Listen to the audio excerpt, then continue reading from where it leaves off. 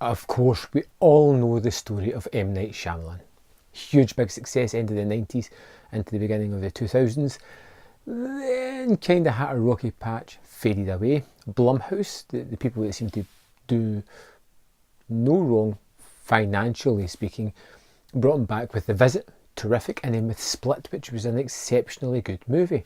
And it was the ending of Split that really gave the buzz for this coming movie, Glass. You know, it tied the Unbreakable movie together with that and promised a final part to this trilogy that we didn't even know we were going to get. It was super exciting. So much so that I couldn't wait on Glass. It's one of the biggest anticipated movies of the year already. But how did it exactly play out?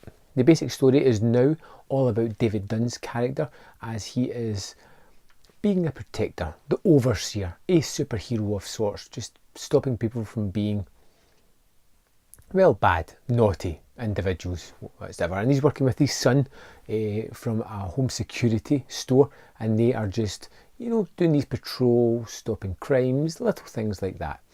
We also have the multiple personality of Kevin, or whoever it may be, James McAvoy's character, who is still going on this rampage, still killing people, still feeding the beast, the hordes together.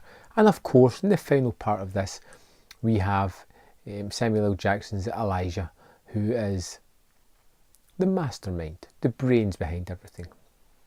And through various things that happen at the start of the movie, we end up with all three of these characters in an asylum, all being treated for this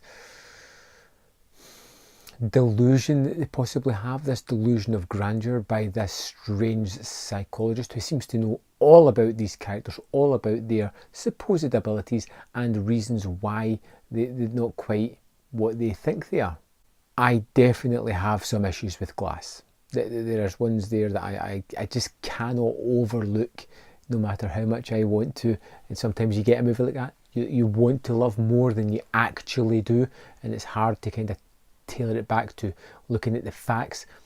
I loved the opening of this movie. The movie where David was out in the street saving people, avenging people, or trying to hunt down this multiple personality serial killer.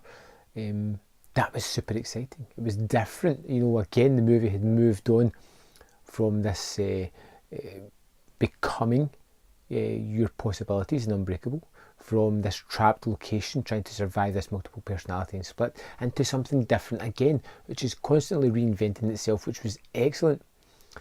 Then we get the three characters kind of locked away in the asylum, and that is somewhat interesting. I just feel that section's a little bit too dragged out and a little bit too overlong for what it's going to be.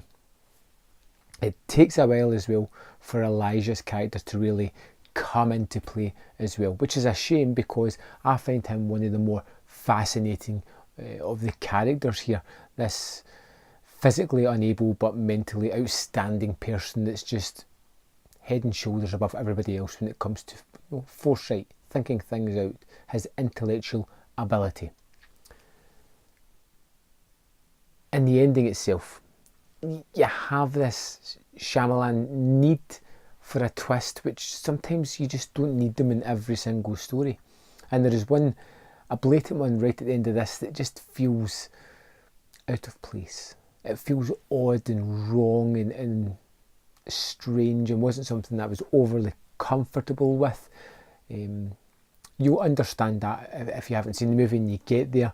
I just felt it kind of robbed the power a little bit.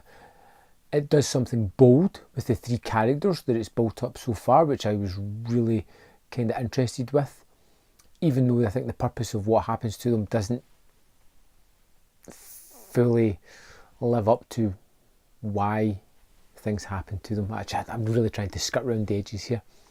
I think James McAvoy is excellent, and we kind of established that in Split, but really Bruce Willis actually does a really good job here, and he can be hit and miss. You know, sometimes he's just not fully engaged in a property. Here, I quite liked his performance as always. Samuel L. Jackson is terrific. Sarah Paulson, I really like in most things that I see her in, and again here she's rather good up until the finale, where it loses my attention, where it loses my willingness to go with this story.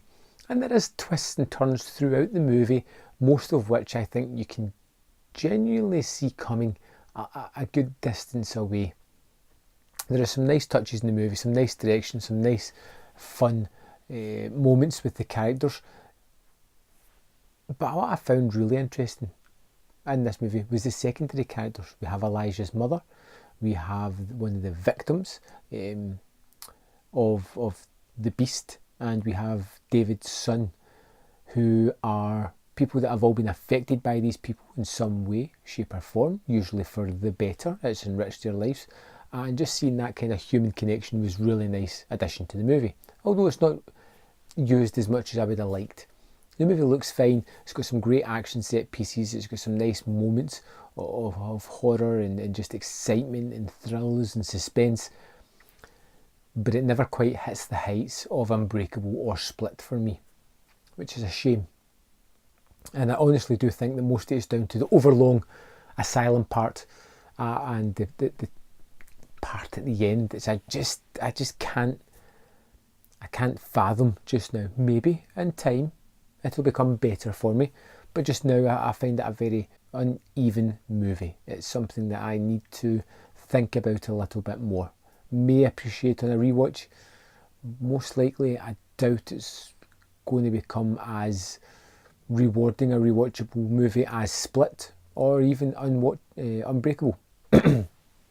I would give Glass probably a 3 out of 5.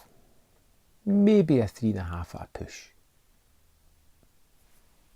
Well, I think I'm going to stick with 3. I'm still deliberating here. Can't make up my mind on what I want to give this movie. I think 3 seems fair on a first watch. Some really good moments.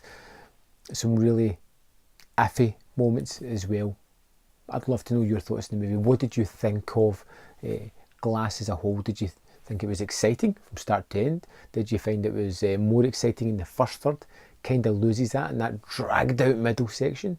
Let me know in the comment box, and I would love to know especially what you thought about the sort of twist at the end with this new thing that happens. Thanks for watching, and I'll see you next time on Man vs. Film.